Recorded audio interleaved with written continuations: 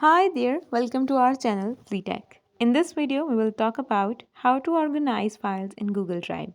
So for this, let's move to our mobile screen, navigate to Google Drive app and click on it to open. Once the app is open, now this is our interface where we will work. So first of all, to organize your files here, you need to create a folder. So for this, click on this plus button. As you click on it, there we have the folder option. Click on folders. And once you click on folder, now you can rename it. Let's say we want to organize all pictures together in a folder. So I will rename it as pictures. Just type the name here and click on create.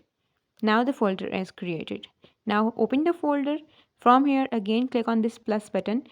Click on uploads and you will be directed to your gallery. From here you can select all the pictures here and just click on upload. It will start uploading here and the folder will be created and your pictures will be organized. Now let's say we want to organize our videos too. Repeat the same process and create a folder. Now click on to open the folder and from here upload all of your videos there. In this way your videos will be organized too.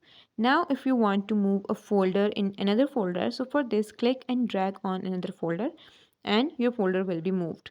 In the same way I will move my pictures here too.